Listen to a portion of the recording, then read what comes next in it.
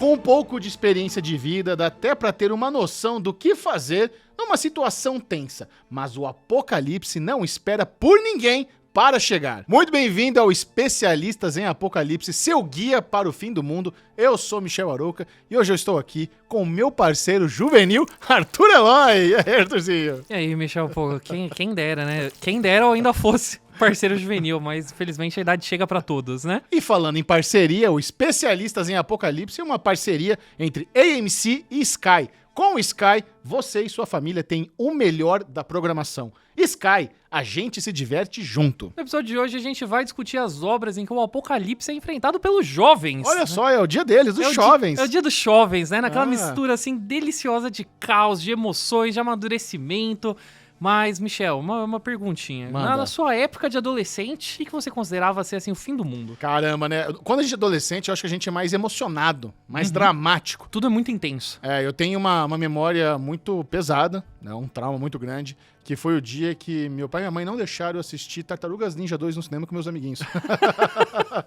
Era aniversário do Dudu, e minha mãe não deixou, não lembro porque ela não deixou. Não vai. Falei, cara, eu amava Tartarugas Ninja, amava meus amiguinhos, queria muito estar lá jogando flipper no Park Shopping em Brasília e assistindo Tartarugas Ninja, e esse é um grande trauma da minha juventude. E você? Eu entendo, eu compartilho o trauma, assim, de quando seus pais falam não, parece que acabou tudo. Nossa, é o pior. Mas eu gostava muito de jogar online, daí quando eu caía a internet, assim... Na real, tipo, não tinha roteador em casa por muito tempo, né? Era só o modem.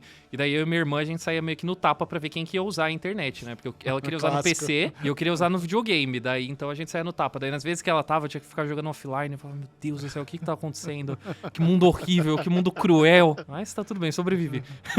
Bom, e você sabe que o fim do mundo não julga muito por idade, mas tem sim algumas vantagens que você só ganha com o tempo, tipo uma certa maturidade para lidar com as próprias emoções, que se torna essencial para controlar o pânico numa situação desesperadora. Quando você é adolescente, tudo é muito intenso, tudo é muito sensível, assim...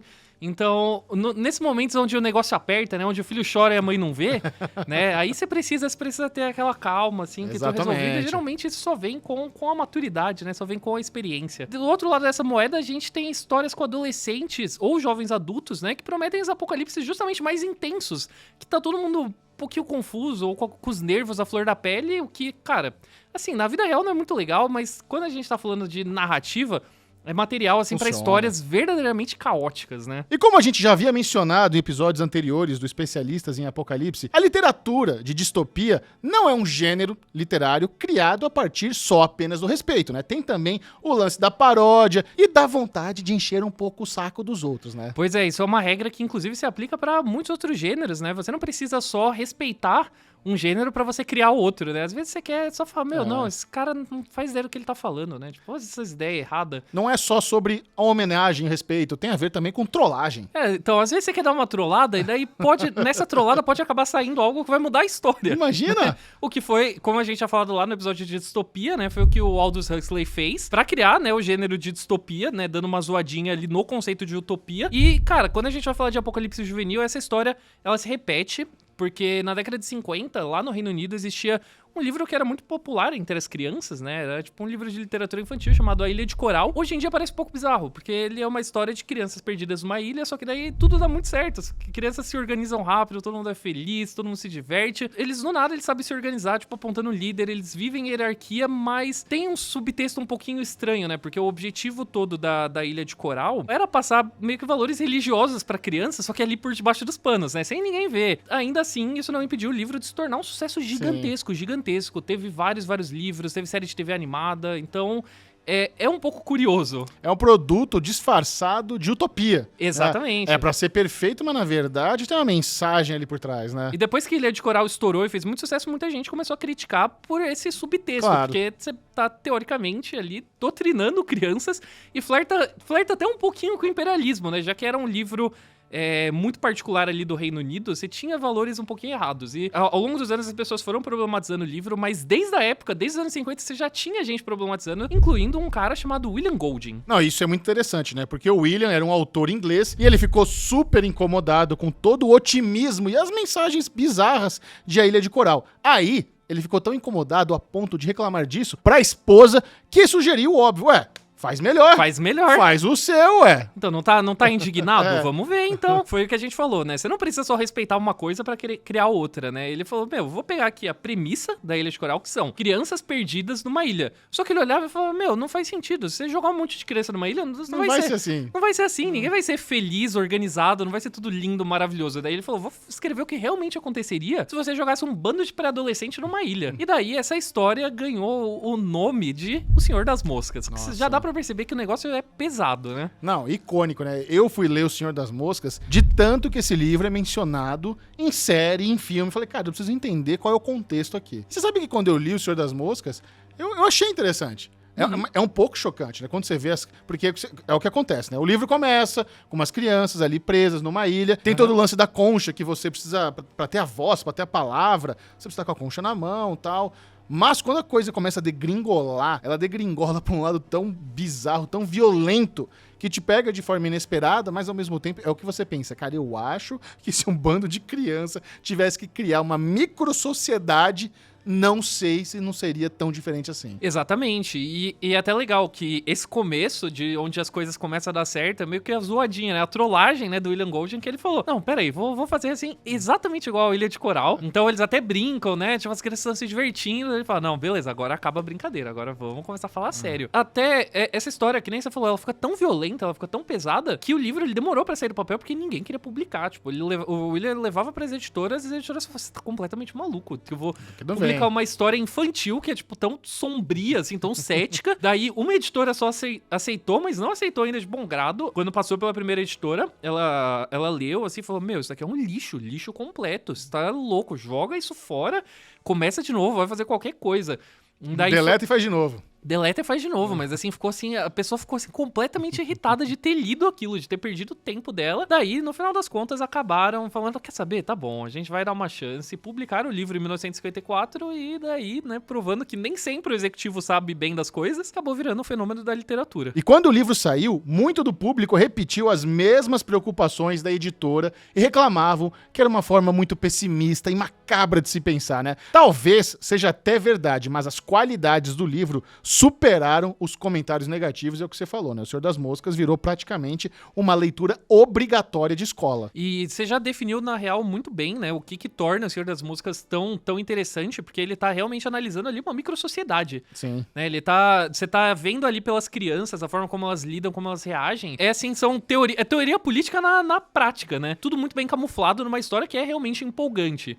Então, eu acho que é até engraçado que O Senhor das Moscas virou essa referência máxima, assim, pra literatura, porque, afinal das contas, o William Golding, ele conseguiu a vingança dele, né? Ele falou, funcionou. A mulher dele falou, faz melhor, eu fui lá e fiz. Assim, deu certo. Total. E esse lance de uma sociedade representada em menor escala é praticamente a mesma lógica de A Revolta dos Bichos, do George Orwell. Você acha que é parecido ou não tem muito a ver? Porque me lembra um pouquinho. Tem tudo a ver, e é por isso que, inclusive, né, esses dois livros são livros que geralmente você tem contato ali na escola. Total. Porque são metáforas, né? Eles estão discutindo de assuntos muito mais sérios através de metáfora. Então, é bom ali pra quando você é pequeno, quando você é adolescente, você começar a desenvolver o seu raciocínio ali crítico, né? Esses livros, assim, se tornam essenciais. Então, os dois têm muito a ver. Não é à toa, né? Que eles são leituras obrigatórias. A partir dali, ficou claro que imaginar crianças e pré-adolescentes em situações de perigo não é uma mudança só estética, mas sim uma mudança que traz toda uma nova dinâmica e, aliás, vários discursos diferentes sobre maturidade, fim da inocência e, é claro, instintos humanos. Porque no Senhor das Moscas, quando começa o lance da caça, né? Porque tem a turminha dos caçadores, que são os meninos mais fortinhos, mais valentões. Esse talvez seja um dos ângulos, assim, mais pesados do livro, sabe? Sim, com certeza. É muito interessante, né? Toda a separação ali deles e você vê também, tipo, meio que as crianças praticamente fazendo cosplay de adulto, né? Você vê, assim, o que eles estão tentando referenciar coisas que eles não conhecem de verdade, que eles não vivenciaram ainda. Mas acho que alguns momentos mais pesados dos livros são quando você percebe que por baixo ali de toda a violência, né, que começa um contra o outro ali, ainda são crianças, né? No final dos contos, as crianças ainda quebram, choram, sabe? Sente falta dos pais, Eu acho que isso que torna o livro tão pesado, né? Quando chora e sente saudade dos pais, dá um nó no coração. Dá um nó, Nossa, cara. Caramba. Mas a gente pode observar isso bem nos dias de hoje, já que a gente tá realmente passando por praticamente um boom, né, de histórias infanto-juvenis, de histórias de sobrevivência infanto-juvenil, principalmente na televisão. Mas se a gente for olhar um pouquinho antes pro cinema, só O Senhor das Moscas já ganhou 4 adaptações do cinema, sendo, tipo, 2 em Hollywood, uma nas Filipinas e outra com um elenco todo feminino, que inclusive tem, tipo, a Maya Hawke de Stranger Things, sabe? Muito antes dela viver a Robin. Então é uma história que claramente tem um poder, assim, duradouro. De 1954 até hoje a gente ainda fala, mas é curioso a gente pegar e olhar pra televisão agora, porque só nos últimos anos você já deve ter ouvido falar de séries como The Wilds ou então Yellow Jackets, sabe? Nossa, eu adoro Yellow Jackets. Eu adoro. Nossa, a escalação de elenco é tão impressionante. Não, maravilhoso. Ambos os núcleos, né, de Yellow Jackets, mas o núcleo das adolescentes, eu acho, assim, pesadíssimo. Pra caramba. Eu tô, inclusive, muito ansioso pra segunda temporada, porque eu quero ver a desgraça, assim, acontecendo, cara. Não, e pra próxima temporada, eles vão fazer agora também uma versão intermediária. Que vai mostrar elas novinhas, adultas e mais velhas, que já tem. Então, ele vai precisar de uma escalação ainda melhor pra manter, né? Não, eu confio completamente, cegamente nesse casting.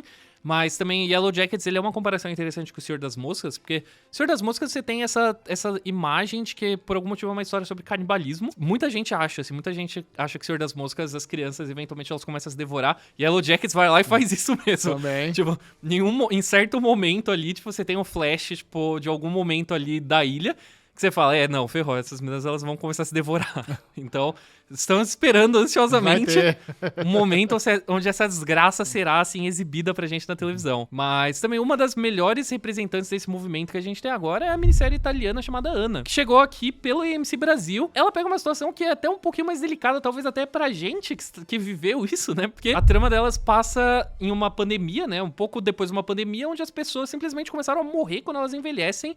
Então, efetivamente, você tem uma sociedade que é só de crianças, né? Porque os adultos morrem. Assustador. As crianças e adolescentes, eles são os únicos que sobrevivem. Quando você passa da adolescência, você morre. Não, e o visual de Ana é muito bom, cara. Ele é sombrio, assim, tem uma fotografia lindona, ele traz uma tensão extraordinária, cara. Baita produção. E eu acho um pouco surpreendente, né? Porque Ana, ela começou a ser produzida antes da pandemia. Elas tiveram que finalizar a série já durante a pandemia da Covid. Mas é um desses casos, assim, que você fala, nossa, que caso estranho, né? Da vida imitando a arte. Pois é. Uma coincidência um tanto quanto bizarra, né? Uma coincidência um tanto quanto bizarra, mas felizmente... Não, eu ia falar, felizmente o vírus é um pouco diferente da série, mas no começo da pandemia tinha uma preocupação maior até, né? Com as pessoas um pouquinho mais velhas, era um pouquinho mais... sensível. Mais parecido com você imagina. Mas um pouco suspeito. Um pouco assustador, assim, né? Mas o legal de Ana é que ela simboliza muito bem todas essas discussões levantadas, né, por O Senhor das Moscas.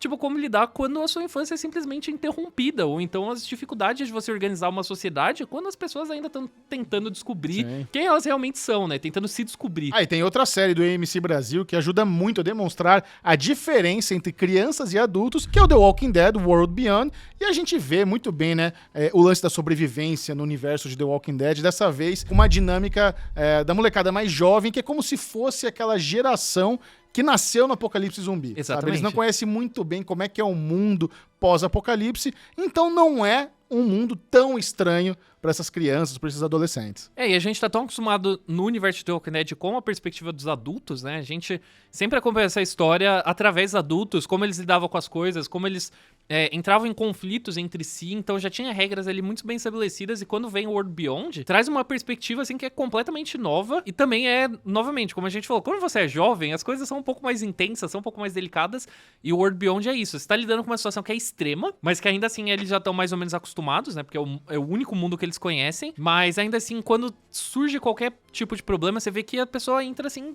ela trava. Ela trava, porque ela não tem ainda a maturidade pra lidar com, por exemplo, uma diferença de opinião ali, tentar realizar um objetivo que parece impossível. Todas essas coisas, quando eles são mais jovens, né, quando os sobreviventes são mais jovens, pegam, assim, muito mais, né, muito mais firme. É mais a flor da pele, né? Exatamente. E você sabe, eu gosto muito também de outro ângulo que eles fazem bastante em World Beyond, da possibilidade da cura zumbi. Tem lá os laboratórios, tem aqueles soldados com os emblemas, tem os helicópteros, não sei o quê, é o mesmo helicóptero que pegou o Rick, não sei o quê. Então eles começam a dar essa instigada na gente. E também que eu acho que entra totalmente na discussão da diferença de perspectiva, porque pros adultos e até pra gente como espectador de The Walking Dead, dentro desse universo, acabou o conceito de cura. Na primeira temporada da série original, tipo, fala, meu, não tem, já era, esquece. E a gente, como espectador, aceitou, da mesma forma que os personagens aceitaram. Então, Exato. eles falam, não, beleza, agora nosso objetivo é reconstruir outra sociedade, daí tem toda a treta ali entre as comunidades e tal. Mas aí, quando você tem os jovens que já nasceram nesse mundo, você vê que eles são um pouco mais esperançosos ali. De falar, não, vamos aí, vamos tentar, né? Por que não? Vamos ver se tem uma cura, vamos Será atrás que não disso. tem mesmo? Então... Eles são mais questionadores. São mais questionadores. Então você vê, assim, os adultos, assim, tudo triste, né? Adulto nada melhor simboliza, né? Porque na vida adulta, assim, você está triste, você só fala, não, tá bom, aceito. É isso. Aceito, tanto faz. E as crianças falam, não, vamos lá, tem que ter um futuro melhor, né? E olhando um pouco além do apocalipse, essa ideia de crianças unidas contra uma ameaça gigantesca já foi a base pra muitas histórias legais, né? Se você gosta aí de filmes dos anos 80, você provavelmente vai conhecer várias histórias do tipo, mas a gente vai chegar lá, porque um pouquinho antes dos anos 80, né? Se a gente for falar aí de histórias com um grupo de crianças protagonistas partindo em alguma aventura macabra contra uma ameaça assustadora, tem, assim, tipo, uma porrada de obras que podem vir na sua cabeça. Mas quem começou realmente esse subgênero, obviamente começou na literatura, foi o Ray Bradbury, que é um dos autores mais influentes aí da ficção científica. A gente já falou dele lá atrás no episódio sobre distopias, inclusive, né? Porque ele é o autor de Fahrenheit 451, mas também de um monte de outra coisa influente. Ali na década de 50, ele brincou com essa ideia das crianças protagonistas numa obra que se chama Algo Sinistro Vem Por Aí, que é o Something Wicked This Way Comes. Esse livro ele saiu lá em 1953, ele mostra uma cidadezinha que recebe um circo, e uma dessas atrações aí do circo é um carrossel que é capaz de mudar a sua idade. Então se você entra nele quando criança, você começa a girar e você sai como adulto, porém com a mesma mentalidade de criança, o que pra mim parece um pesadelo. Total, imagina. Caramba, só desvantagem. Só desvantagem, então, assim, não tem nenhuma vantagem nisso. Tipo, se desse pra fazer o contrário, né? Se eu não me engano, dá. Se eu não me engano, acho que dá pra você fazer isso. Dá pra você voltar, andar no carrossel, assim, de costas, dá pra você voltar a ser criança com a mentalidade... Tudo bem. Daí, tudo bem, mas o contrário, né? Não, tô fora. E um pouco depois da publicação, ali por volta dos anos 60, um adolescente fascinado por filmes de terror e ficção científica acabou se deparando com o livro do Ray Bradbury. E mais tarde, ele colocaria todo o amor pela obra no papel e se tornaria um dos representantes do subgênero. E é claro que a gente tá... O representante, não é o representante. O representante tá falando do mestre, do Stephen King. O CEO do gênero de crianças em aventuras, né? Cara, o Stephen King, ele só ganhou o título de um mestre do horror que ele escreveu uma infinidade de livros, né? Realmente, ele tem o quê? Acho que mais de 50 livros, mais de 200 contos, sabe? Homem eficiente pra escrever, viu? Não, assim, é um homem que escreve, mesmo, mas ele já tinha essa reputação de mestre do horror lá na década de 80, né? Muito... Porque hoje em dia, tudo bem. Hoje em dia, a gente já acompanhou o Stephen King por muitas décadas, mas no começo ele já chegou mudando todo o jogo, porque ele fez numa sequência, ele fez Carrie, que foi, assim, o primeiro livro dele. Não foi o primeiro que ele escreveu, mas foi o primeiro que foi lançado oficialmente. Sim. E daí depois ele fez O Iluminado. Então, assim, não é uma pessoa que tá de brincadeira. Mas logo depois ele passou a explorar obras protagonizadas por crianças. Cara, It a Coisa, que é aquele calhamaço gigantesco, né? Então, novamente, o homem gosta de escrever. Mas também na contramão de It, ele fez um conto chamado O Corpo. Também, né? Essa mesma lógica de crianças em aventuras, né? E todas essas duas histórias, elas seguem esse molde que o Ray Bradbury estabeleceu em Algo Sinistro Vem Por Aí, mas ele expande o nível da ameaça, porque o Stephen King, a gente sabe que é um cara que tem uma mente um pouquinho perturbadora. Um pouquinho. Um pouquinho, assim.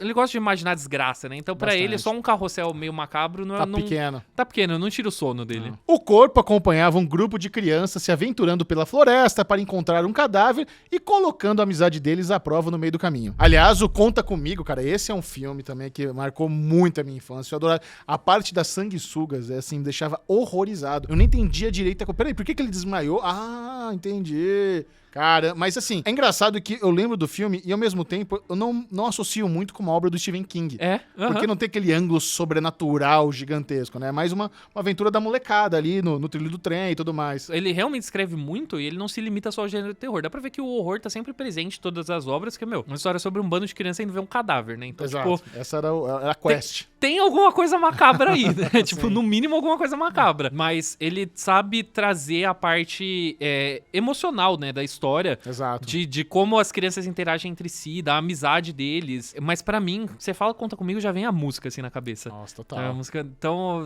tipo, ai, cara, esse filme é maravilhoso. Mas se a gente pegar também outra obra, né, It, a Coisa, ela traz adolescentes pra enfrentar o terrível Pennywise, que é uma criatura cósmica aí com aparência de palhaço, que se alimenta não só do medo das crianças, como também das crianças em si, né, da carne das crianças de uma pequena cidade. Também ganhou 3 adaptações pro cinema, né, quer dizer, 2 adaptações pro cinema e uma minissérie pra televisão. Eu gosto de todas, assim, eu acho todas excelentes. Eu também gosto bastante. Eu lembro que quando saiu o filme mais recente, né, aquele lance do You Wanna Balloon, sabe? Ficou na minha cabeça um tempão, cara. Tadinho do George. Tadinho do George, Nossa. assim, não merece, mas eu gosto Virou snack do Pennywise. Eu gosto de ambos os Pennywises também. O Pennywise do Tim Curry, pra mim, também, assim, é gigante. Tim Curry é um homem que eu adoro, assim. Adoro tudo que ele faz. Mas o Pennywise dele, assim, é macabro pra caramba, cara. Mas em ambas essas histórias, você deve estar se perguntando, né? Porque a gente fala, você tem as crianças indo ver cadáver no meio do nada... Você tem criança sendo devorada por palhaço assassino, você fala, não tem um adulto responsável nessa cidade? Cadê os pais dessas crianças, Cadê meu os Deus? pais dessas crianças? Porque, Nossa. novamente, assim, é também um pensamento de velho. Isso é um pensamento que você não tem quando você é criança. Quando a gente era criança e assistia esse tipo de filme, você falava, não, show, é isso aí. Você se imaginava na aventura. Na rua, Daí isso daí, isso assim, se você já assistiu um filme protagonizado por crianças e você falou, onde tá os pais dessa criança? Me desculpe, você é velho. Mas isso virou uma das características desse tipo de história. Geralmente nessas histórias, os adultos, eles costumam ser completamente imprestáveis, ou pior do que imprestáveis, eles geralmente são inimigos das crianças. Forçam as crianças a basicamente se virarem por conta própria. Porque os adultos, você tem pais abusivos, tem pai que bate na criança, sabe? Nossa, a maioria. A maioria. Então não dá pra você contar com os adultos, as crianças, elas realmente têm que se virar sozinhas. E é claro que o trabalho do Stephen King virou altamente influente para a cultura pop, e já nos anos 80 a gente viu muitas obras protagonizadas por crianças aventureiras, como os Goonies, que esse é do meu coração, mas tem Gremlins também, tem o Conta Comigo, que é a adaptação do corpo. Então, assim, a gente nota que realmente Hollywood viu o potencial desse tipo de história, né? Goonies é um filme, cara, que eu devo ter visto, sei lá, 500 vezes, e é um dos poucos que hoje, depois de adulto, eu prefiro a versão dublada. Não, corretíssimo. Me soa muito mais, assim, confortável ver o dublado do que na língua original. Sabe o que é isso? Isso é a marca de um bom filme de sessão da tarde. Exatamente. Quando é um filme... Exatamente. Porque, cara, assim, eu sou 100% a favor de dublagem, obviamente, Claro, né? claro. Tipo, acho super necessário. Mas geralmente eu prefiro assistir as obras no idioma original. Mas quando tem aquela que você pega e você fala, não, isso daqui é estranho, assim, é bizarro. Tipo, sei lá, assim, imagina você assistir Stallone e Cobra em inglês. Não dá. Qualquer coisa do Stallone, na real. Eu acho a voz dele original muito bizarra. Não, tem um momento nos Goonies, acho que alguém quebra o quadro lá no sótão, e um dos meninos fala, seu bizonho. Como é que vai ser o original desse em inglês? Não tem como. Não dá, não vai ser melhor que isso nunca. Seu bizonho, cara. Não tem É como, muito não tem delícia. como. Isso é uma marca sendo um clássico de sessão da tarde, né? Mas a gente tá falando muito dessas histórias como se fosse um subgênero e nem sempre foi visto assim. Era só, tipo, contos de horror ou contos de aventura ou até mesmo de comédia, né? Você tem histórias que flertam com todos esses gêneros, mas foi só recentemente que começou a surgir um nome pra isso. Não é um nome oficial, você vê, assim, muitas discussões lá fora rolando, principalmente nessa nova leva que a gente tem, que deram um nome. Me diz o que você acha desse nome, assim, pra esse gênero, que é Kids on Bikes. Crianças andando de bicicleta. As crianças de bicicleta, né? Não, me soa bem familiar, inclusive. Porque... Tem um monte de coisa aí que anda colocando isso aí como referência também. Porque fica fácil de você imaginar, né, assim, um grupo de crianças numa aventura, assim, sozinha, sem os pais, sem nenhum adulto, né, e também, né, as crianças de bicicleta, porque é o método preferido ali, né, das crianças, que acho que quando você ganha a sua bicicleta, é o primeiro coxinho de liberdade que você tem, assim. Eu não sei dizer, eu não sei andar de bicicleta, mas eu imagino. Não sei. Eu tinha skate. Bom, melhor, você era mais parrudinho. Eu tive o privilégio de ser uma criança de interior. Ah, sim. Então a bicicleta... Cara, eu não sei como é que os adultos, meus pais, aturavam isso, porque bicicleta é isso. Não tinha celular, você sai de casa de manhã, você volta à noite, e você não sabe onde a criança tá. E eu andava aquela Arthur Nogueira, que é uma cidade plana, por horas, pedalando com os amiguinhos, fazendo aventurinha. Meu pai, ele tem uma casa no interior, uma cidade assim que é minúscula, que se chama Bom Jesus Perdões, tem o maior nome possível de cidade no interior, e eu sinto assim um potencial desperdiçado, porque eu nunca consegui explorar Bom Jesus Perdões, que eu nunca soube andar de bicicleta. Então é um pequeno trauma, assim, nunca senti esse gostinho de liberdade. A gente vai te levar no parque pra te ensinar a bicicleta. A gente vai aqui no Vila Lobos. Vamos resolver isso aí. Cara, que cena, imagina isso. Eu seguro assim você, a gente bota uma rodinha, vai ser fofura. Putz, que cena isso. Olha, se você quer ver essa cena, comente aí nas redes sociais, usando a hashtag especialistasEMC, apoie essa iniciativa. Se inscreve aqui no canal, já dá like, porque só por isso já vale, a temporada toda. E por favor aí, diz aí se você também não sabe andar de bicicleta, pra eu não me sentir tão solitário. Assim. Vai ter, não, você vai encontrar pessoas que se relacionam com esse déficit de vida, que é não saber andar de bicicleta. Mas é curioso porque a gente discute essas histórias com um gostinho de nostalgia, né? Mas mesmo nos anos 80, essas histórias elas já eram um pouco nostálgicas. Geralmente, elas representam muito bem esse ciclo de nostalgia, porque as histórias nos anos 80 se passavam nos anos 50. Você tem aí, sempre aí, tipo, uns 20 anos ali de atraso, mas porque... Como ele tá lidando com essa coisa aí de, nossa, o primeiro gostinho da independência, da liberdade, que você só sente ali no finalzinho da infância, essa história ela sempre vai ter um cunho, assim, nostálgico. E a gente tá vivendo em épocas nostálgicas. A gente tá vivendo a época da nostalgia pelos anos 80, pelos anos 90... Então, como isso tá muito forte na cultura pop, esse tipo de história do Kids on Bikes está voltando, né? Não, eu diria que os anos 80 nunca esteve tão pop, né? Se a gente pegar tramas como Stranger Things, Paper Girls, Super 8, o Verão de 84, vixe, tá bombando. Não, tá bombando, a gente tem aí... E todas essas séries aí estão ali flertando com o horror também, então tem alguma coisa também legal de você explorar essa nostalgia de um ângulo um pouquinho mais macabro. A gente já citou também, né, que It, a Coisa, ganhou adaptações no cinema. Eu, como eu falei, eu gosto muito dos também filmes. Curto bastante também. Os dois últimos, acho que talvez sejam, tipo, os últimos blockbusters de terror que a gente teve, se você parar pra pensar. E eles são bem acessíveis, né? Porque eles são terror, mas eles têm aquele arzinho pop, um elenco... famoso, então realmente viaja bem no mundo todo. Exatamente, eles quebram bem o terror, né? Você tá ali, você tem momento de tensão, daí tem um humor ali, dá uma tranquilizada. Eu sempre recomendo eles, assim, pra quem quer começar a assistir filmes de terror, pra quem quer conhecer Stephen King também. Inclusive, no segundo tem uma participação do Stephen King tomando ali um belo chimarrão, sabe? Stephen King fazendo uma participação como vendedor de loja tomando chimarrão, então você fala... Olha aí, então tá aprovado pelo mestre do horror, né? Nossa, o mestre King mandando um chimas, olha... Mandando chimas, assim... A gente agradece. Praticamente brasileiro já. E tem outra produção também muito popular que mostra a molecada de bicicleta, algo sobrenatural acontecendo, que é Dark. Cara, eu tinha esquecido completamente de Dark nesse assunto, porque eu conheço tão mais Dark pela loucura, pela bizarrice, a distopia ali temporal, tipo, o paradoxo temporal, que eu achei estranho a gente não ter citado no episódio passado, né? No episódio de ficção científica, mas total, se encaixa em ambos os episódios. Então já fica a maldica válida, assim, pra ambos os episódios, por favor, cara. Dark é essencial pra sua vida. E ao longo dos anos a gente viu também histórias que resgataram aquela abordagem mais sinistra de O Senhor das Moscas, especialmente quando elas são ambientadas em guerras ou em cenários apocalípticos. Então, sem alguma coisa interessante de você explorar a perspectiva de uma criança, vale assim pra qualquer ambientação, vale pra qualquer tema, pra qualquer período assim na história, mas... O ângulo, né, de crianças em guerras a gente vê muito em filmes cult. Não sei por que existe essa associação, mas, por exemplo, a gente pode falar da Infância de Ivan, que é o filme que lançou a carreira do Tarkovsky. Ou então, putz, você já assistiu um filme chamado Vai e Veja? Não. É tranquilamente um dos filmes, assim, mais pesados já feitos na história do cinema. É um drama de guerra, mas, assim, cara, eu considero facilmente filme de terror. Ele é um filme feito na Bielorrússia, tipo, dali também da Segunda Guerra, só que daí você tá acompanhando uma criança, essa criança ela vai sendo cada vez mais exposta aos horrores da Segunda Guerra, só que ele é um filme muito gráfico. Então, Jojo Rabbit conta também, você acha? Conta, é um pouquinho mais leve. Sim, ele então, tem se um mais bonitinho. Se você quiser fazer ali tipo, uma sessão dupla, você assiste primeiro Vai e Veja, e daí você fica triste, assim, desesperado com a humanidade, tá ligado? Meu Deus, deu tudo errado. Daí você assiste Jojo Rabbit e termina, assim, feliz. Mas não, Jojo Rabbit termina triste. Você termina um pouco mais feliz, né? Você vê, assim, você fica um pouco mais esperançoso, chorando esperançoso. É né? isso. Vai e Veja, acabou, assim. Você fala, não, chega, vou deitar e vou dormir. Deu, assim, deu por hoje.